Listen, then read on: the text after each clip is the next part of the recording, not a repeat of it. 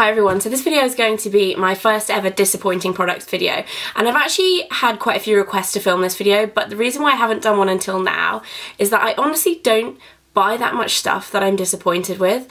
I tend to do a lot of research into what I buy, looking at a lot of reviews online and blogs and things like that, so I actually am disappointed with very little. So it's taken me quite a while to kind of build up a good amount of products to have in a video that I'm disappointed with. So I'm doing this one. I don't know when the second one will be, when I have say 5 or 6 other products that I'm disappointed with, so hopefully not too soon, so I won't be wasting my money, but you never know. So I'm going to start, and the first thing I think I'm most disappointed with this is, and I got this ages ago, is the No.7 colour calming primer.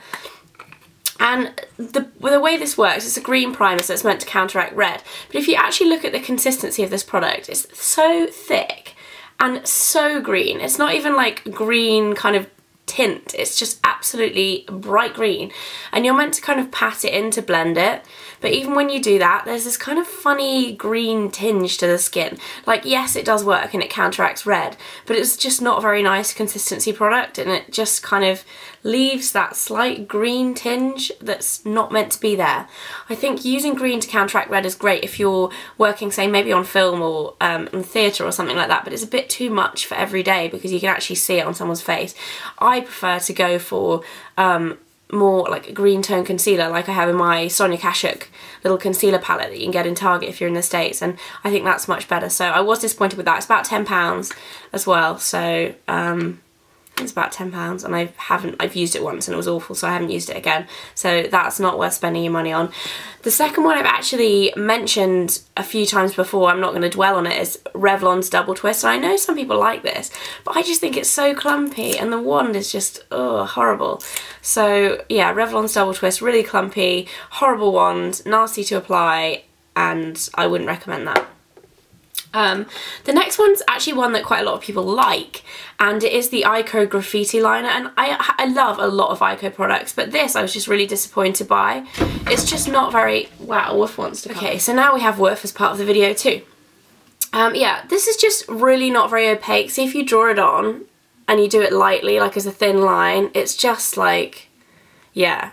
And it looks like it's dried out, but this has been like this since it was new, so maybe I got a bad one because I know some people love this, but yeah, I wasn't impressed with that. And then the next one is another eyeliner, and this is Avon's Glimmer Stick Diamonds in Twilight Sparkle. And the reason why I thought this would be amazing is because there was I don't know whether it was a press image or if it was an image used in a magazine, but they'd used this and it looks absolutely amazing, like so pretty. And then I tried it and it's just really not an easy product to work with. Yes, it is pretty and it's a nice kind of, I'll draw a big section of it so you can see. It's like a nice shimmery, almost kind of royal blue, but it's really not that easy to work with, and I was just disappointed with it. So I'm not... The normal glimmer stick is okay, the black one I quite like. The next one, it pains me to say it because it's a Sigma brush and I love Sigma brushes, but this is one of my most recent additions. I got this at the same time that I got the tapered face brush, which I love, and this is the Small Contour F05 brush, which I think is kind of an equivalent to a MAC 109, I think it's 109.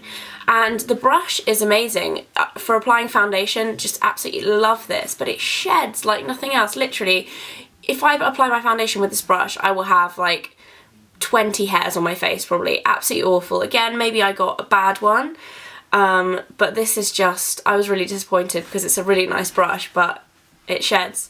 So yeah, not good for that, but all of the other Sigma brushes I absolutely love. I should say that, like, this isn't me off Sigma brushes, it's just this one, so yeah, I was kind of disappointed by that. The next one is a MAC product, and I should have known by the fact that one of my friends actually gave this to me because she didn't want it, and it is the Studio Moisture Fix Lotion, and I've actually had this for a while now, I probably should throw it out, but the reason why I don't like this, for a start, it smells, and all MAC skincare smells funny. I don't know, some people might like it. I hate the smell of MAC skincare, but I can get over it if it's a good product. Like strobe cream smells, but I still like it because it's a good product.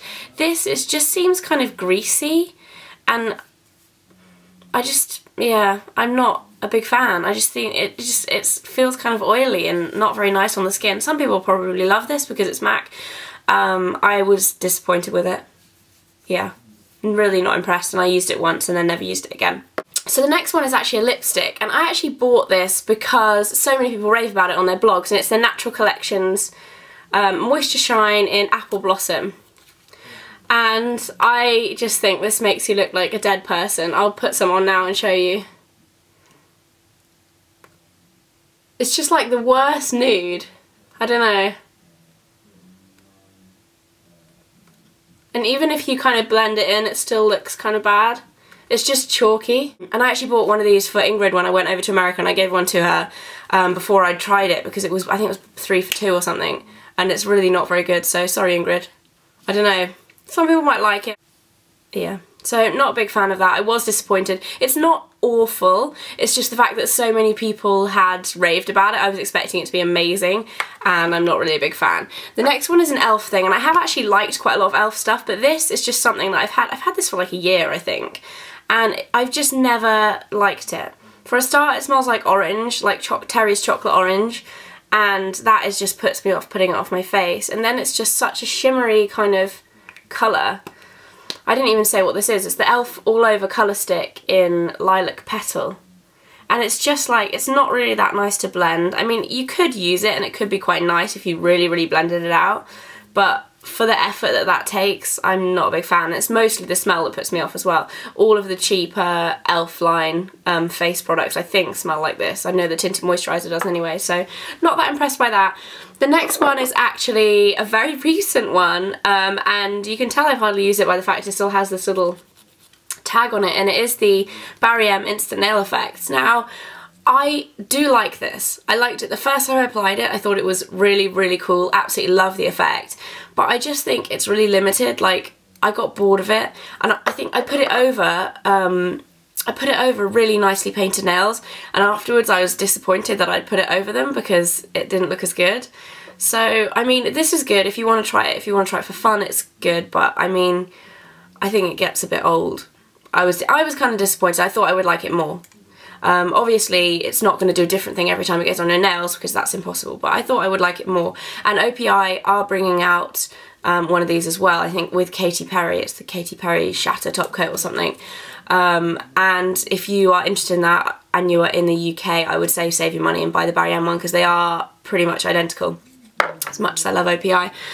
And the last thing is actually something that I've tried very, very recently as well, and it is the Bumble and Bumble Mending Shampoo and Conditioner. Now, there's nothing actually wrong with this shampoo and conditioner. I used it a few times, and I was just totally not blown away by it. I didn't really notice any difference in my hair, in softness or in texture. It just didn't really do anything positive. And as much as that's not like this is a bad shampoo and conditioner, they are really expensive. So if you're thinking about splashing your money on a Bumble and Bumble shampoo and conditioner, I wouldn't go for these ones. Some of their styling products I actually do like, and they'll probably be appearing in videos kind of in the future because I'm trying a few at the moment, but these two I wasn't massively impressed with. Like, they're not awful, but I wouldn't splash out. I think they're like £18 each, and that's a lot of money, so wouldn't recommend those. So that is it for my disappointing products. Please let me know if you like this kind of video, and I will try and do more in the future. Like I said in the beginning, it does take me a while to build up all of the products that I don't like because I am quite careful with my purchases, but please let me know if you like it. And this will probably be the last video I put up before Christmas, so Merry Christmas everyone, and I hope you all have a lovely day and kind of lovely week. I guess Christmas kind of rolls into a whole week really. So yeah, thanks so much for watching, and I'll see you soon. Bye!